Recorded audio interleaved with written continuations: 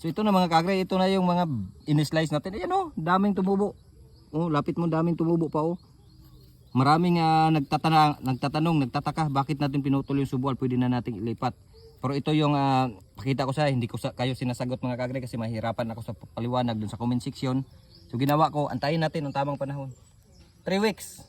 Pinakaunang pinutol natin, ito na. Lapit mo. Ang dami. So binilang ko to kanina mga kagre, 21 yung malalaki, hindi pa kasali yung patubo pa lang. Ayan oh, ang dami pang patubo oh. Ayan sa gilid, inaalagaan lang natin to sa spray. Ayan pa, hindi pa nabilang yan kanina.